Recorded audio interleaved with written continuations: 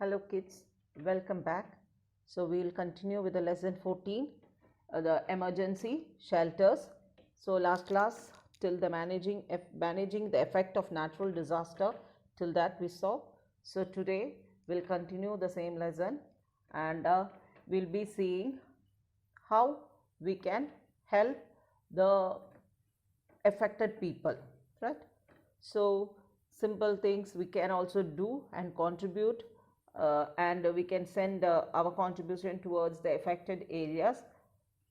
We can collect items like clothes, medicines, blankets, sweaters, bed sheets, etc., and money also, and also we can send it to the affected areas so that the people there can use it, because they might have lost everything, all their savings, they might have lost their house, their dress, everything they might have lost. So when you send these things, it will be of great help to them, right? Then you can, if you are along with the people who are affected, then you can help them take cover under a table or under the cot and all. When there is earthquake, you can tell them, you can do like this so that you will be safe. And you can also take them to the rooftop when there is flood. You can help them, you can take them to the rooftop so that they are safe till the help arrives. Okay, then you can also help in spraying insecticides when there is flood, or you can also ask them to spray insecticides in the flooded water, so that, or the stagnant water, so that there won't be any spread of waterborne diseases like cholera, malaria, typhoid, or jaundice and all, which causes during the rain time, and mostly due to the flood waters where the stagnant water is there. So when you spray the insecticides, the germs are killed, so there is no spread of diseases, right? Then next, you can also ensure that the people will get clean drinking water, so free of germs, because in the affected region, the most common thing which the people don't have is drinking water, pure drinking water. So if you can provide them with pure drinking water, it will be of great help to them. Okay, and the last one is to get medical help. You can take them to the nearby relief center where the doctors are there, so the doctors will be checking them and prescribing them medicine so they don't fall sick, and also there is no spread of diseases. Okay, so the next one is what we should do during the emergency. During emergency, what you can do, right?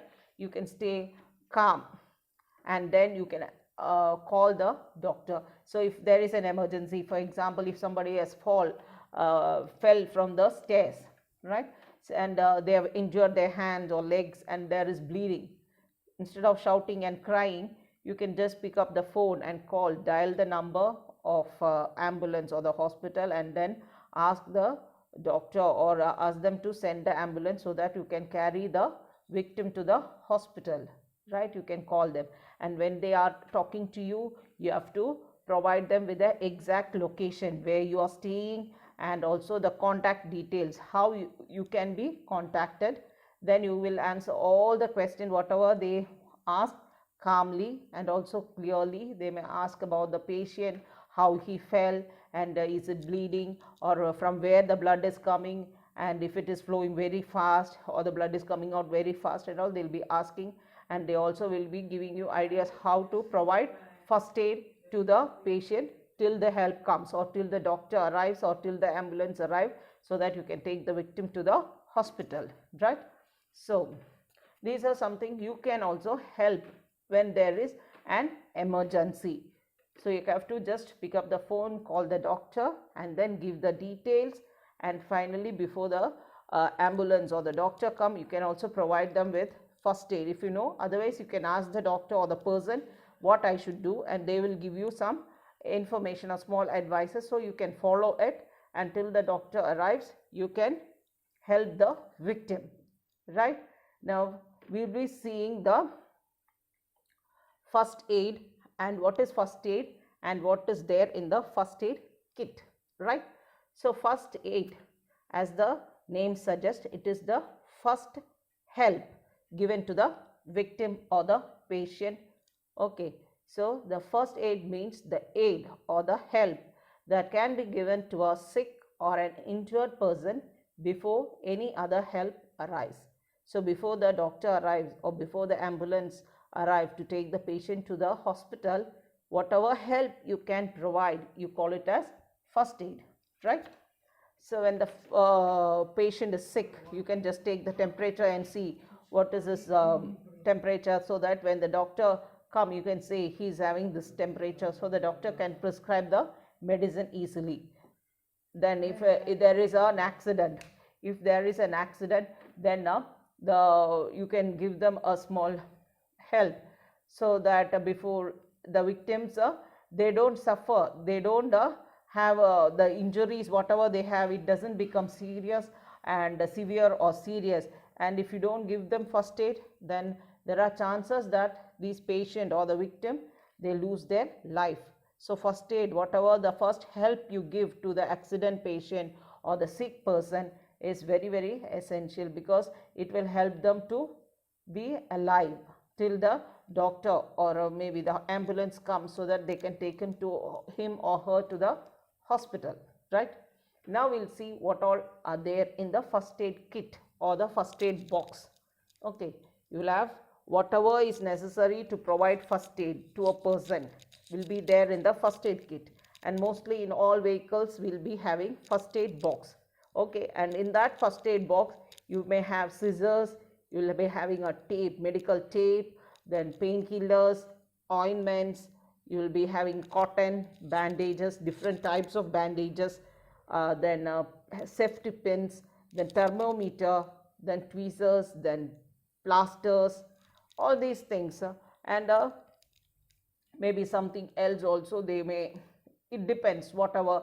If it is a big box, they can include an iodine solution and all, or antiseptic creams. They'll be having different sizes, they'll be providing different, but these are the minimum that should be there. What you see in the picture, it will be in every first aid box.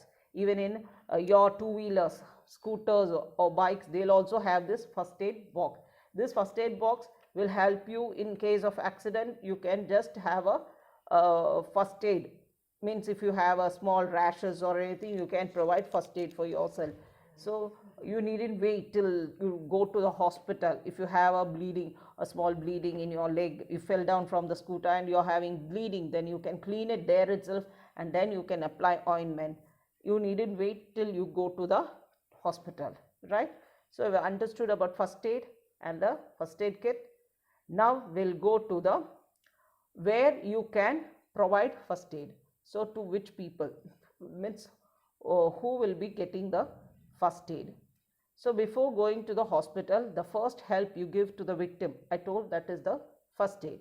Suppose a person is bleeding from his cut or the wound which he attained, maybe due to an accident, then you can just clean the wound with the water and then apply a antiseptic cream, and then you can tie a bandage so that the blood flow will be slowed. And you can, if you suppose you're having a cut or a wound here, then you have to slowly raise the wound portion from the level of your heart, so that the flow of blood will become slow, and then the bleeding will reduce, right?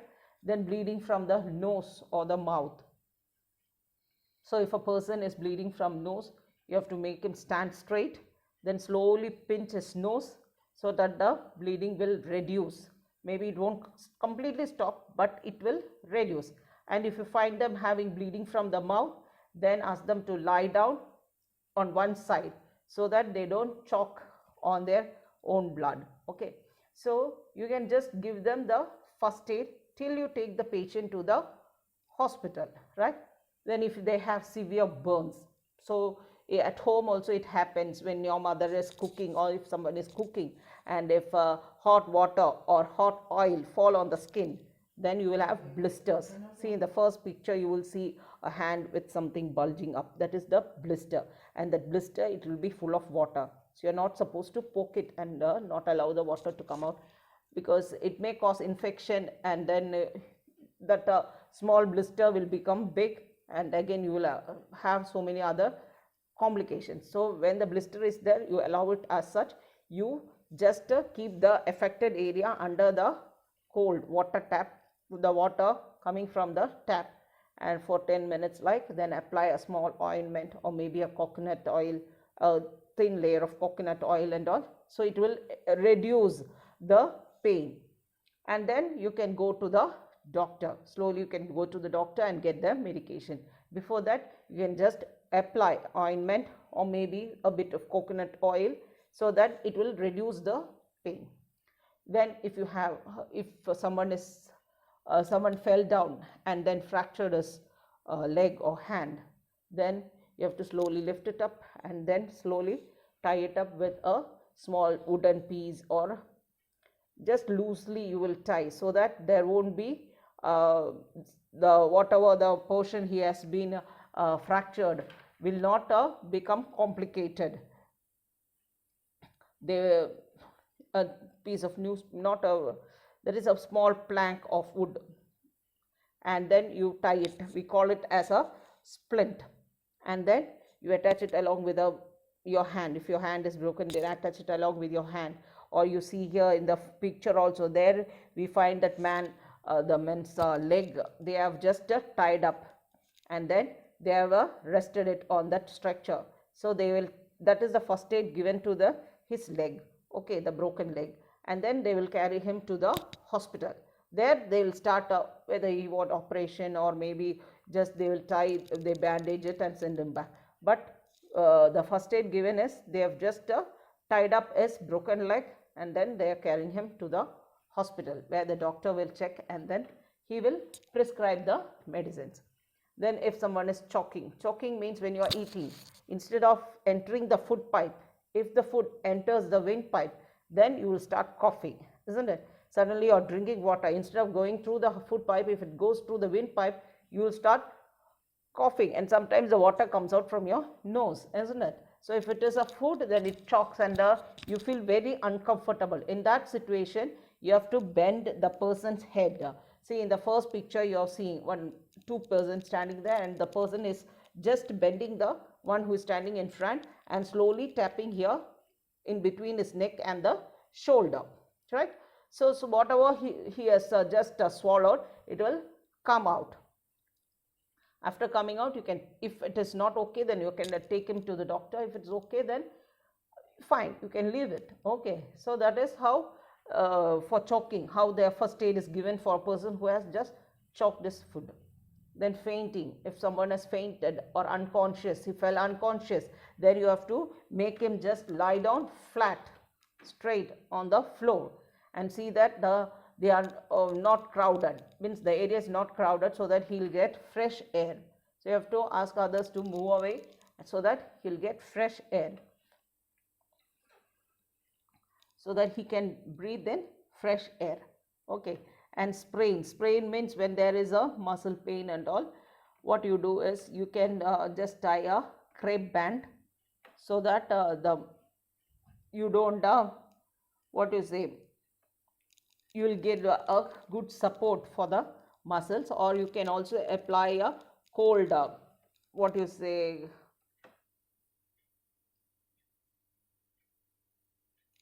cold compress. That is, you are keeping the ice cubes in a handkerchief. You are tying it in a handkerchief and pressing it on the area where you have the sprain. And you can also apply a bit of ointment also, so that will reduce the pain. Sprain and all, it will take 2-3 days to reduce the pain, but you can just give the first aid, then you can go see a doctor. So these some of the first aid which you can give to the person who are suffering, and then later suffering from these whatever is seen on the screen, then you can take them to the hospital. So first aid means the first help you give to the person before you're taking him to the hospital. We call it as first aid, okay. So with this, we'll be ending this lesson. So go through go through the rest of the portion, read the lesson, you will understand. If you don't understand, you can ask me during the interactive section, and then I will send you notes so you can write the notes and study. Stay safe.